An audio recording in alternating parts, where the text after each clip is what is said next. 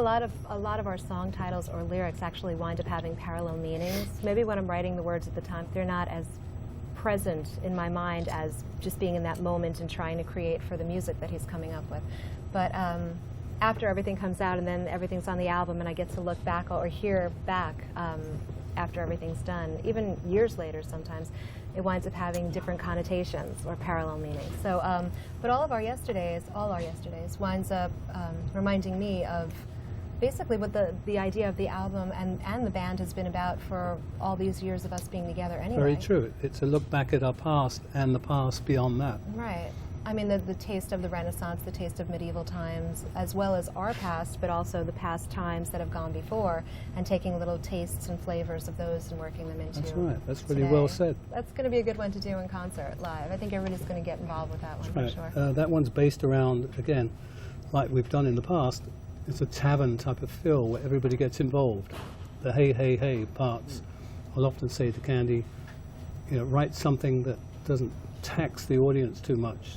So I think they can remember to go, hey, hey, hey, and not have to remember all the lyrics. I like when you said that to take the tempos of some of the songs when we're trying to work on tempos of the songs, if you could swing the beer mug to it, that's how you know that that's the right tempo to it. But it really does. It's a camaraderie between us and the audience. It gets everybody involved, and it winds up being a show where there's this incredible, almost like a friendship between us and the audience. There's no walls, there's no barriers, it's completely broken down and we're all there just enjoying ourselves on the same path and on the same journey and just having a great time for that evening, for the night that we're in whatever area we're in. So it's great. On a long road, miles to go. It's winding, it's cold, and it's covered with snow. But I ask you what we all want to know. Where are we going from here? That's how it was originally written.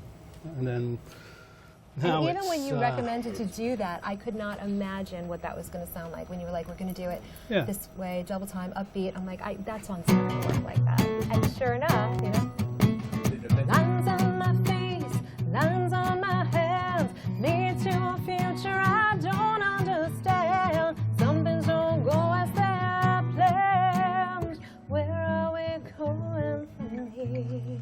Most rock and roll music that's melodic comes from the old days anyway.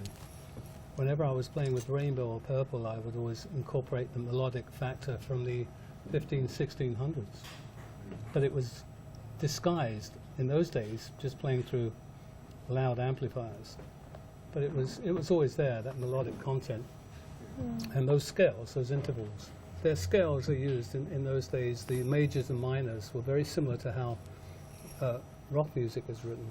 I'm kind of obsessed with 1500s music, and it's, like I said, all those scales and that, it really comes from those days. It's a good question though, because we've actually gone back to the 1200s. That we have. With King Alphonse. We've slipped. We've done some Tchaikovsky stuff. Yeah. And Balkan folk music, so we kind of are all over the place. Of course, but it's all old. It's all been done.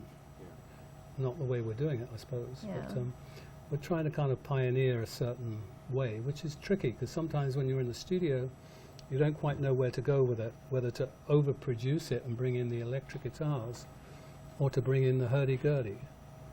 And that's always a kind of a dilemma sometimes, isn't it? But there's something amazing about rediscovering old melodies that have been around for hundreds of years and just kind of dusting them off and shining them up, brightening them a little bit, adding new lyrics and new instrumentation, and still keeping the spirits or the ghosts of the past within that music, but also allowing other people to enjoy it as a completely fresh new song. So it's kind of rewarding to, like, when people say that they enjoy our music, it's like, oh, did you know that was hundreds of years old? Did you know that was a 1200s melody? And to see the look on their face sometimes. And they go and rediscover other songs too. And it's almost like an educational experience, but in a fun way, I guess. That's right. Well, that particular song was written in Wales by a German in Germany. Our friends, the guys from Germany, medieval band, I heard them doing it and took the idea, and we did a little bit more to it. But the title of it is interesting title. It really means, I think, out there in Welsh. Welsh is in my family anyway. I was born in West Supermare, Bristol was my mother, brother, and in Wales was my father, grandfather, and what have you. So it's nice to be able to do something and put it in their language. I haven't yet learned how to say that particular title in Welsh, because Welsh is a very difficult language. But we need someone who's Welsh to actually say it. How are we going to introduce that on stage? We just go, and this Hold up a one, sign? this one is a new one. In Welsh. In Welsh, Yes. right. Darker Shade of Black. I had that riff around for quite a few years, as many of my ideas are around for a long time. And it's like what's called a canon in music. It just keeps repeating the same progression. And it was building like an anthem. And I wanted someone, singing it with a kind of an operatic kind of texture. It's almost based a little bit on Beethoven's Moonlight Sonata. That's in there, that really melancholy kind of chords, It's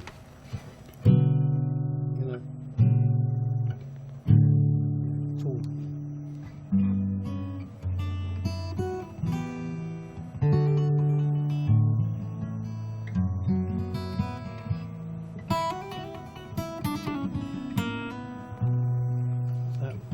that repeats itself. It was an idea I had, and I played it to my producer, Pat Reagan. And I think Candy was in Aruba at the time, sunning herself and with the kids. And I thought, well, rather than to do nothing, I do have a chord progression. What do you think of this? Is that why the song is so melancholy? Because I Could was in be. Aruba? Exactly. And I played it to him, and he said, wow, that's great, let's do it. And I was like, oh. He gave me that kind of input, because I thought he'll just say, well, it's just a chord progression, but I had that, He's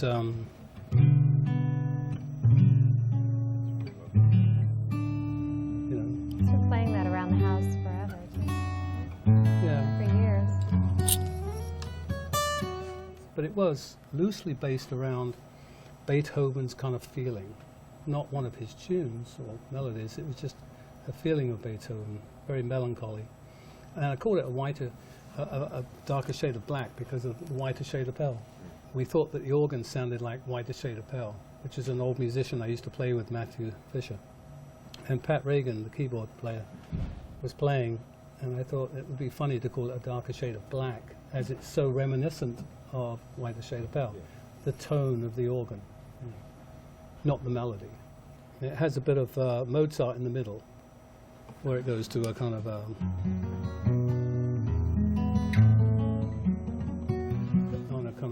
classical thing. I got goosebumps when I heard it. Yeah.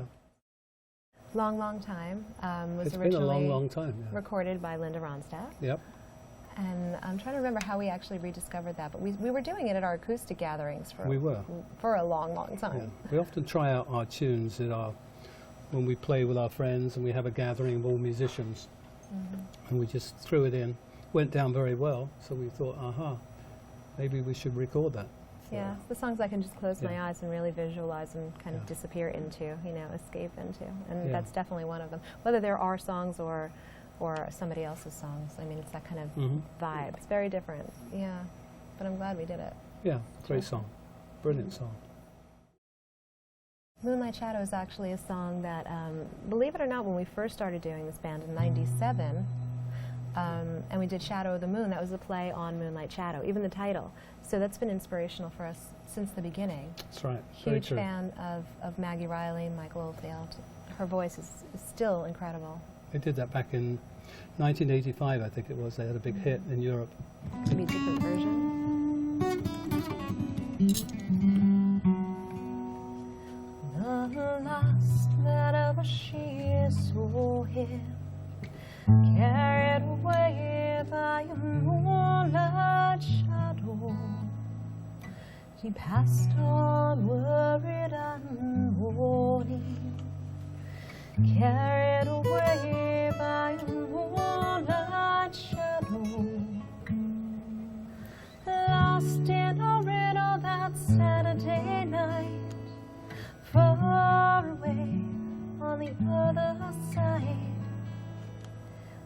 come to talk to me this night. She couldn't find how to push through. And it goes into a rhythm. The trees that whisper in the evening, carried away by a moonlight shadow, singing songs of sorrow and grieving. Carried away by a moonlight shadow, all she saw was the silhouette of a gun far away on the other side. He was shot 6 times by a man on the run, and she couldn't find how to push through. We played that like how many different ways, Moonlight Shadow? Fast and slow, and We do. in waltz time. We do and play it. Every time we do loud it, and we play it quiet. a different way. Yeah. I Got You, Babe. I Got You, Tell us Babe. about it. That's another one. I'm telling you, we get so much inspiration from our acoustic nights. We just sit there with a group of friends. We take over the whole back of a restaurant, a very woody, dark restaurant that's haunted, right? Mm-hmm. They shut all the lights off for us. They close the place down. And we've been going there since we moved to our area, like 25 years ago. And we get all of our friends to sit around, usually come dressed in Renaissance garb. Everybody brings their acoustic instruments. And we just pass the guitars around. We do it once a We week. catch all sorts of diseases. Speak for that's yourself on that one, really. But it's great because everybody brings something to the table, you know, and all different walks of life, all different kinds of, I mean, we have all of our doctor friends Yeah. that come down. Like, there's just all these different people that come to the tables, and they just all want to be involved with music for that night. So they're bringing violins, they're bringing acoustic guitars, they're bringing, you know, all their lyrics, and they revisit all of these songs from years ago. And we go, oh yeah, I remember that one, and we all get involved with singing, Yeah. and again, that camaraderie, you know, that friendship, that just like everybody's one for that moment, and it's just such a great feeling, right? And so that's how we rediscover a lot of these songs. Yeah. Which I guess that's my cue. Is that my cue? Yeah. A subtle cue. They say we're young and we don't know. We won't find out until we grow. Well, I don't know if all that's true, but you got me, and baby, I got you, babe. I got you, babe. You know you have to take the sunny part, right? Hey, what is it? Hey? Hey, Sarah, love. I've learned to say come on, hey. Come on, that's all we got. Whistle solo. I'll take anything there. We went through a list of names as to who we could use to do that duet, right? That's right. Different yeah. male vocalists Yeah. to take the male part, obviously. And then we said, you know what? We could actually just sing it from one perspective. It doesn't really have to be a, you know, back and forth. Yeah, we thing. were concerned with that. Yeah. that we didn't There's a lot have. of names that came up. But I think our keyboard player is probably going to take the Sonny Bono part. I think so, with suspender belts stage. on. Well, I sent him a link that, you know, for the Actually, he could be Cher. the bowl cut and the big mustache. So yeah, He could be Cher. we could do it that way. That would be great. The Other Side, I believe, is a Czech song originally. Do you remember it? Doodle-diddle-dee-doo-dee. That one? No, Yeah. is that just original from you? That's original. Good for you. Yeah. All right. Well, my mistake. Yeah. We actually forgot about that track. We were listening back I to some of the remembered it. songs that we've done, and we heard that one, and we thought, I don't even remember recording it. I love that song. Perhaps it's somebody else's song completely. Maybe it's No. another band playing. Well, I know I wrote the lyrics, so I can definitely. Right. let you know And about that. it's about the other side. Yeah, it's a total supernatural Yeah. story behind that. There's actually well, you know, there was a year there where we lost a lot of people very close to us. It was also the year John Lord went, which we found out about 5 minutes before we went on stage, right? It was very difficult. Owen Fife went in that same year. One of my best friends lost her husband that same year, and so it was very difficult. But there was like a string of people. It was really hard. Yeah. And the more we experienced those losses, and the more I spoke to the people who were left behind or left with the memories, the more symbolism started coming out about how, although it was a horrible grieving situation, but symbolically they were actually sent a lot of signs that were very interesting, that showed that the people had crossed, that the people were okay, and making sure that they knew that. And so those signs that came through, it's actually, that's what a lot of the message is, symbolism within the song is The other side. exactly those stories. When my mother passed away, I was in a hotel and the phone rang and then it stopped. I went down to the receptionist and said, it was a very small hotel, and I said, what was that phone call that came through? And she said, there was no phone call that came through. It would have gone through me. I'm the only person here. There's always messages from But the other side.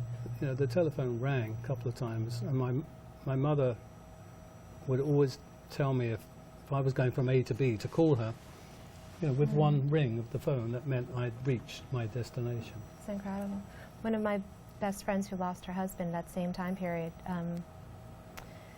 she said a couple of weeks later, the husband's cell phone went off in his jacket pocket, I guess, and it was one of those reminders in the cell phone, and it turned out that was the night of the full moon, and the reminder was for him to take the family and go out and look at the blue moon. And I said, you know what? You were meant to get that. I get goosebumps when I talk about that. But really, like, if that wasn't a message telling you, go outside, look up, it's okay, I'm still here, it's okay. And every time you look at the moon, think of me. And that's really what kind of was the springboard for the idea, and the main inspiration was that situation. Right. But then again, as we speak to more people, you always find out there's messages that come through from the other side. And my auntie, when the uncle died, this butterfly landed right on her head and stayed there. Yeah, she knew that was a sign. There's a way for them to tell us it's all right. It's butterflies, bells, electrical things are channelings. Queen's Lament was played on the mandola, and I wanted it to be really pretty miserable, because it was written basically about Queen Eleanor from Aquitaine when her son was Richard the Lionheart. Richard the Lionheart was in a castle in Germany, and his brother was looking for him. And apparently he was outside this one castle playing. He was a minstrel. And Richard Lionheart recognized the melody.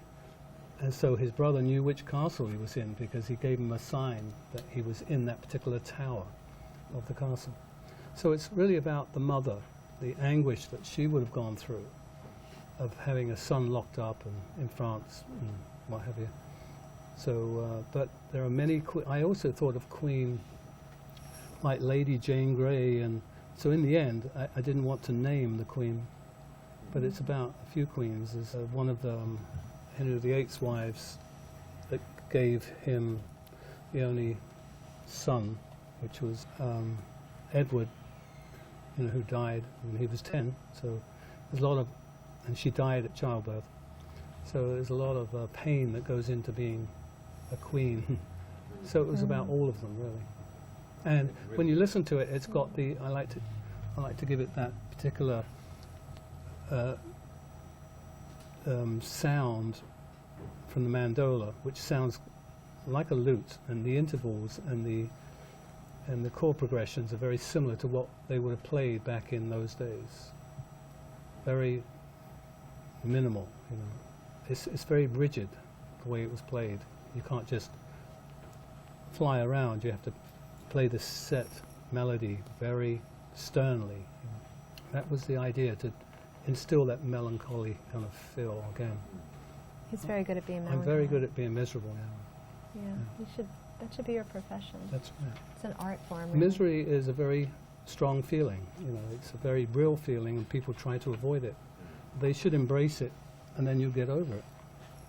It's a lot harder to write songs when you're happy. It is. Don't you think? There's so much depth and dimension to... You could always play... depression. To depressing things. Bully, bully. Right, I guess. I think that was a happy song, wasn't it? Sort of.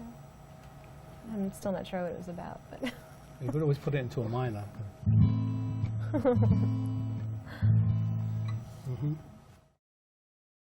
Having two children now at this point, a 3-year-old and a 4-year-old, we watch a lot of Disney movies, right? And we were watching Brave, and and Merida gets led through the forest by the stone circles, gets thrown off her horse, and she's following the will-o'-the-wisps, which lead her to a witch's cottage. So like this, it's funny where you wind up getting inspiration from. Somebody once said, you know, where do you get inspiration from? I'm like, where don't you get it from? Like, you can get it from anywhere you look, right? Yeah, you can. I mean, nature, love lost, love found. But this happened to be this this story, or that portion of the story. The rest of it goes someplace else, but the visual on that was amazing. But kind of lyrically, it kind of is Celtic anyway, because Merida was a Scottish story. Right? Yeah. What was that musically based on? Do you remember? Music. Let me think. It was just a chord progression. Yeah. Yeah. He has so many ideas at home. He has them on old-fashioned tape recorders with real tape, nothing digital, and just goes through them and pulls them out. Yeah, we have lots of ideas on bits of tape, and whatever I pull out, then we work on that. Yeah. Yeah, it's just a frame of mind at the time. Yeah. People say, well, what were you thinking? Well, my mind is pretty vacant most of the time. So I kind of just play. But it's funny with the path that you end up taking. You know, you evolve as a musician, you evolve as a human, you evolve as a wife or a husband or a parent, or you know, in any relationship that you wind up having. And things feel right at the time that didn't feel right prior to that. So even musically, we might have all of these ideas, but the marriage between the music and the words, it has to work. It has to have that energy where it connects so deeply together that it's right for that moment. It kind of glows at that moment. And that's what winds up on the albums. Earth, Wind and Sky is a song that I wrote the music and the lyrics to.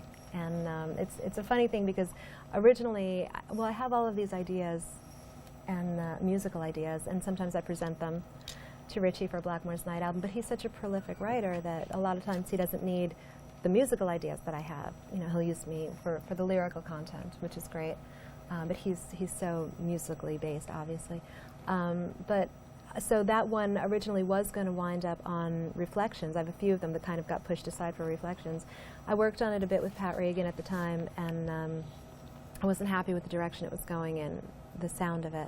So when we started recording this album, I said, you know, I've kind of got this idea. It's a sound that we haven't really touched on before. It's almost Native American, like an Indian kind of drum, kind of percussive, but really so nature-based. And I'm always so in awe of the miracles and the beauty of nature. I mean, I know that people walk past things every day and don't see them or don't appreciate them, but the sunsets that we see, or the falling snow, and I know I've said it so many times, but I'm still like a child inside anytime I see that for the first time. It's always amazing and always kind of replenishes me, you know, refreshes my whole system. So anyway, that's where the idea for Earth, Wind and Sky came from. And when I sat down with Richie didn't have anything to do with any of the songs off of Reflections. It was really important for me at that time to do it myself. And so when I brought this song to him, he had exactly the ideas that I wanted it to sound like. So when he started playing it on acoustic guitar, which I didn't have in Reflections, I said, that sounds so much better than the direction that we were going in prior to that a few years ago. And he did that amazing fingerstyle guitar sound, and then I added the percussion to it, and I still kind of rode Pat, no, take this out and put this in, and no, we need harp there, and until it was right, because that's kind of my baby, you know, my song on the album. And I'm really happy with the way it came out, actually. It's exactly how it sounded in my head, finally. You know, so now I can kind of present it to everybody. Coming home is, for me, you know, I visualize different things to sometimes what Candy does. That was more of a Joan of Arc thing, winning a war and coming home from all the wars throughout the years, being very happy, and that they're still alive, basically. So to me it was Joan of Arc on horseback coming home, and they just won the war. How did you see it? It's still to date, though. I mean, we're still, you know, so proud of the people that fight on our behalf and allow us to have the freedom that we have. Exactly. So any war, you know, when the people have to fight. it's horrible that they have to go through it. Yeah. That one, It was kind of like if an anything, anthem. was, you know, I was slightly disappointed with that one. I couldn't get the energy onto record. It's okay, but I thought it would turn out better than it did. For instance, Will-O'-the-Wisp came out much better than I thought it would do. So it works, and you know, you get your highs and lows, but it's retaining that freshness. That can be difficult. when you're playing it all the time, going over it and adding things, then you're not quite sure what to take in, out, and which way to go. But it can be very rewarding or very frustrating. But that kind of sums up my observation of this band in general. When it works, it really works great. But it can be very awkward sometimes because it's not your typical rock band where they can hide behind just turning your amplifier up and going through a few moves and running around the stage with the lights. You've actually got to say something because you're there basically in your underwear, and you've got to say something like, well, I can play as well as run around the stage with laser beams. Well, I think we've learned kind of the hard way. What we used to do is go into the studio for a couple of months and do everything and then be done with it and have exactly that feeling. But we've since learned, years later, it's better to record some of the album, like parts of it, and then go on tour, get away from it. You know, just clear your mind, concentrate on what's right in front of you, the energy of connecting with the audience. Then book time again with Pat, have him fly back out. So we take it in piece now. So we're able to kind of revisit the songs that we recorded months prior, but we've had the escape from them. So we can hear it again with fresh ears, and we're able to say, oh, you know what, this is working or not, or we need to add this. And, but it's taken a while to figure that process out. That's right. How many songs of How many of these songs will probably play 4 because we have such a broad repertoire already. I think we play for 3 days now on stage.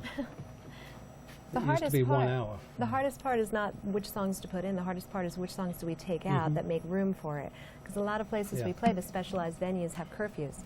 So trying to narrow down our shows is, people always say, whatever happened to this song? It's like, well, we had to take that out to put the new one in. And everybody has an opinion what they want to hear. But somebody once said, yeah, just stand on stage for 3 days and we'll be happy. Just play everything, you know.